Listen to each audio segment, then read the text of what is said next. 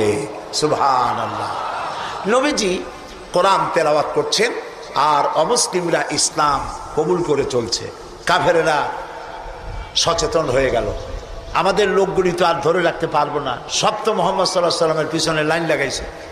তখন তারা হযরত ওমরকে লাগিয়ে দিল, যেই লোকটাকে যেখানে পাওয়া যায় সেখানে মারো। হযরত ওমর রাদিয়াল্লাহু তাআলা আনহু তখন জাহিল, তিনি কাফের ছিলেন, মারার জন্য নেমে গেলেন। কোথায় পাওয়া যায় খুঁজতে খুঁজতে জানা গেল যে তিনি মসজিদে হারামে নামাজ পড়ছেন।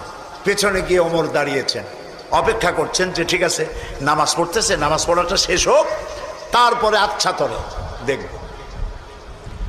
নবী করিম সাল্লাল্লাহু আলাইহি ওয়াসাল্লাম নামাজের মধ্যে তেলাওয়াত করতেছেন জোরে জোরে। এখন আপনারা বুঝুন, এ কোরআন শরীফ হচ্ছে আল্লাহ, তেলাওয়াত করছেন যার উপরে নাজিল হয়েছে তিনি। এখন